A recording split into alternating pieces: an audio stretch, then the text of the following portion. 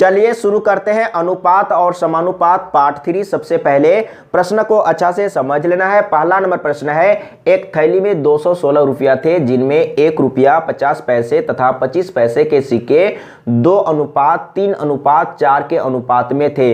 इनमें 50 पैसे के कितने सिक्के थे? बहुत ही आसान प्रश्न है और भिवियाय प्रश्न है। इसी तरह का प्रश्न एग्जाम में आता है।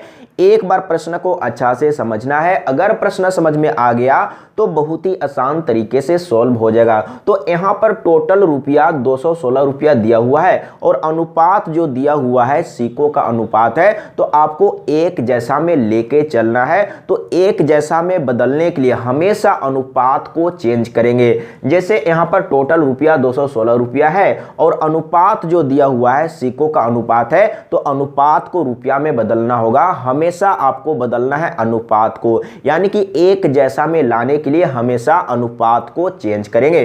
तो अनुपात जो दिया हुआ है सिक्कों का अनुपात है, तो रुपया में बदलना है। सबसे पहले अनुपात को लिख लेना है। तो कितना दिया हुआ है?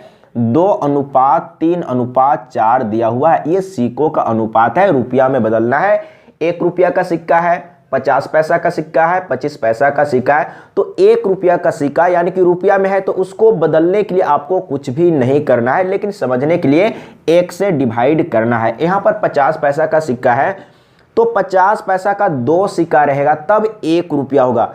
तो 50 पैसा का सिक्का को रुपया में बदलने के लिए 2 से डिवाइड करना होगा। तो यहाँ पर 2 से डिवाइड कर देंगे तो रुपया में बदल जाएगा। यहाँ पर 25 पैसा का सिक्का है, तो 25 पैसा का 4 सिक्का रहेगा तब 1 रुपया होगा। यानी कि 25 पैसा का सिक्का को रुपया में बदलने के लिए 4 से डिवाइड करना होगा। तो यहाँ पर 25 पैसा का सिक्का है, तो 4 से डिवाइड कर देंगे तो रुपया में बदल जाएगा। जो कट रहा है उसको काट लेना है। तो यहाँ पर तो कट नहीं रहा है, यानी कि 2/1 ही रहेगा। यहाँ पर भी नहीं कट रहा है तो 3/2 रहने देते हैं। और यहाँ पर कट रहा है यानी कि 4 कट जाएगा, तो इसको काट लेते हैं। तो आप समझने के लिए 1/1 लिख सकते हैं। अब यहाँ पर आपको समझना है, बट्टा में लेके नहीं चलना है, बट्टा को हटाना है, यानी कि नीचे में जो संख्या है उसको हटाना है। तो यहाँ पर 1 है तो इसको तो आसानी से हटा सकते हैं, लेकिन यहाँ पर 2 है तो कैसे हटाएंगे? तो आपको क्या करना है, नीचे में जो संख्या है सभी का एलसीएम लेंगे। तो एलसीएम कितना होगा? 2 ही होगा। तो एलसीएम से सभी में गुना कर देंगे तो यहाँ पर जो बट्टा में 2 है वो हट जाएगा।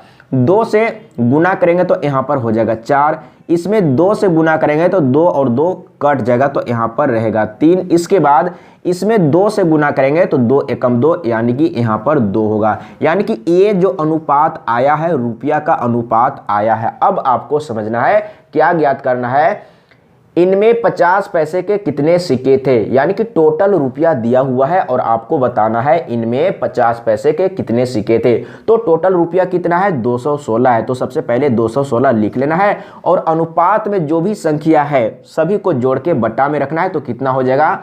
4 3 7 और 2 9, यहाँ पर हो गया 9। और जिसका निकालना है उससे यहाँ पर गुना कर देंगे। तो 50 पैसे के कितने सिक्के थे? तो इसमें अब देखना है कि 50 पैसा वाला कौन है, यानी कि ये वाला है। तो 3 से यहाँ पर गुना कर देना है। लेकिन एक चीज आपको ध्यान देना है, यहाँ जो अनुपात है ये रुपया में है और यहाँ पर हम लोग टोटल रुपया यूज कर रहे हैं 216 रुपया, और अनुपात जो यूज कर रहे हैं वो क्या है? रुपया में है। तो अभी जो आने वाला है अमाउंट वो रुपया में होगा। तो यहाँ पर देख लीजिए 3 तिहाई 9 कट गया है और 3 से काट लेते हैं।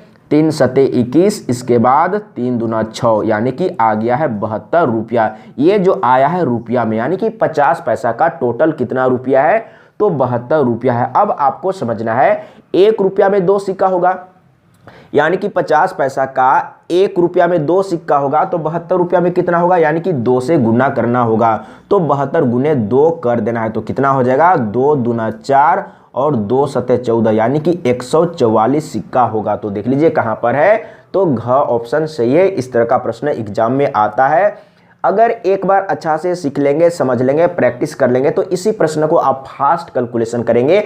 अगर फास्ट कैलकुलेशन करेंगे तो बहुत ही आसान तरीके से कम समय में सॉल्व हो जाएगा। अगला प्रश्न दूसरा नंबर, एक प्रश्न और देखिएगा, इसी तरह का है लेकिन थोड़ा सा अंतर है। एक बार अच्छा से सीखना है, समझना है, फिर कभी कोई दिक्कत नहीं होगा। तो इसमें क्या बोल रहा है, एक थैली में 1 रुपया 50 पैसे तथा 25 पैसे के कुल 378 सिक्के हैं, यदि इनके मूल्यों का अनुपात 13:11:7 हो तो 50 पैसे के कितने सिक्के हैं। यहां पर थोड़ा सा अंतर है, तो मैंने क्या बोला था कि दोनों को एक जैसा में लेके चलना है। जैसे यहां पर क्या दिया हुआ है, टोटल सिक्का दिया हुआ है और इससे पहले वाला में टोटल रुपया दिया हुआ था।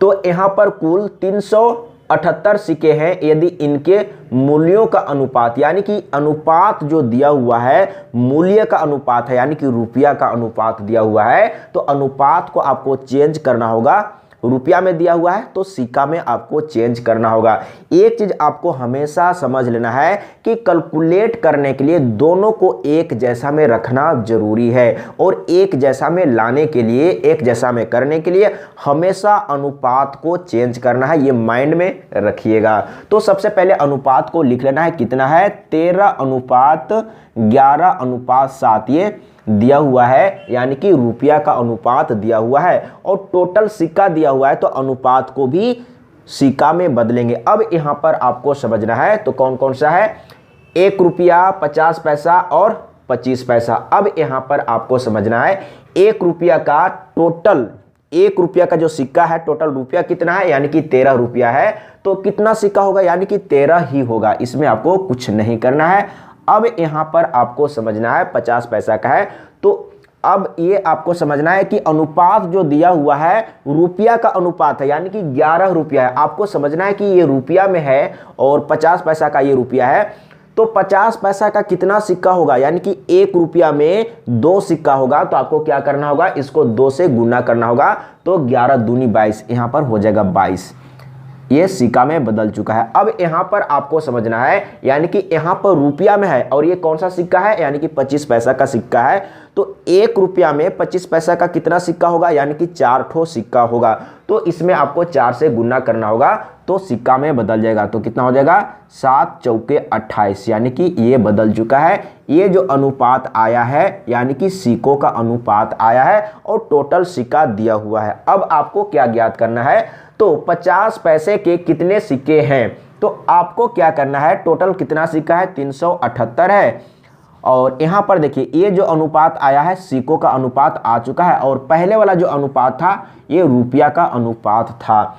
तो अब आपको क्या करना है, अनुपात में जो भी संख्या है सभी को जोड़ के बटा में रखना है, तो कितना हो जाएगा, 8 2 10 और 10 3 13, यानी कि 13 के 3 हो गया। इसके बाद 2 2 4 1 5 और 1 6, यानी कि इतना हो गया, और जिसका निकालना है उससे गुना करेंगे। तो किसका निकालना है, तो 50 पैसे के कितने सिक्के हैं, तो 50 पैसा वाला कौन सा है, यानी कि ये वाला है, तो यहाँ पर 22 रख देंगे।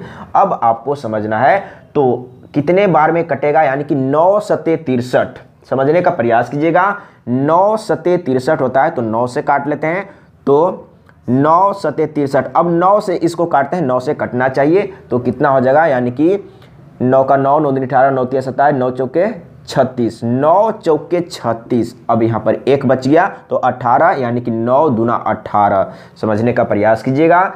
7 छक 42, ये कट चुका है, और 6 से इसको गुना कर लेंगे, तो 6 दूना 12 के 2, 6 दूना 12 और 1 13, यानी कि आ गया है इतना, 132। अब आपको समझना है यहाँ पर जो अनुपात है ये सिक्कों का अनुपात है, और हम लोग यहाँ पर टोटल सिक्का को यूज किए हैं, तो यहाँ पर जो अमाउंट आ रहा है सिक्का में आ रहा है। अब यहाँ पर आपको फिर से समझना है, क्योंकि हम लोग अनुपात को यूज कर रहे हैं, यानी कि सिक्का का अनुपात, और यहाँ पर टोटल सिक्का को यूज किए हैं, तो यहाँ पर जो भी वैल्यू आ रहा है वो सिक्का ही डायरेक्ट आ रहा है, तो बिल्कुल समझ में आ रहा होगा। तो देख लीजिए 132 कहाँ पर है, 132 ख ऑप्शन सही है। देखिए एक ऑप्शन ए तो लिखा हुआ है, यानी कि यहाँ पर चेंज किए और यहाँ पर आंसर आ गया, यानी कि 2 स्टेप में आंसर आ जाएगा, लेकिन आपको सीखना होगा, समझना होगा। अगर सीखे रहेंगे, समझे रहेंगे, तो फास्ट कैलकुलेशन करेंगे तो बहुत ही जल्दी, यानी कि कम समय में सॉल्व हो जाएगा। अगला प्रश्न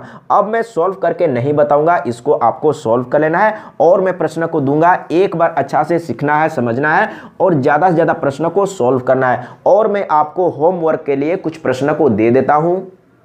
पहला प्रश्न होमवर्क के लिए, और सॉल्व कर लेना है, छोड़ना नहीं है। जितना ज्यादा प्रश्न को सॉल्व करेंगे उतना ही मैथ स्ट्रोंग होगा। दूसरा नंबर इसको भी सॉल्व कर लेना है, तीसरा नंबर इसको भी सॉल्व कर लेना है और चौथा नंबर इसको भी सॉल्व कर लेना है। यानी कि ये तो लग रहा है कि सेम क्वेश्चन है। और अगला प्रश्न 5 नंबर इसको भी सॉल्व कर लेना है, यानी कि ये भी सेम है। तो एक दो प्रश्न जो कि अलग है उसको आपको सॉल्व कर लेना है और जितना ज्यादा से ज्यादा प्रश्न को सॉल्व करेंगे उतना ही मैथ स्ट्रोंग होगा। तो आज के लिए इतना ही। अगर कहीं पर समझने में प्रॉब्लम हुआ होगा तो कमेंट में लिख के बताइएगा, मैं फिर से समझाने का प्रयास करूंगा। आज के लिए इतना ही। जय हिंद, वंदे मातरम।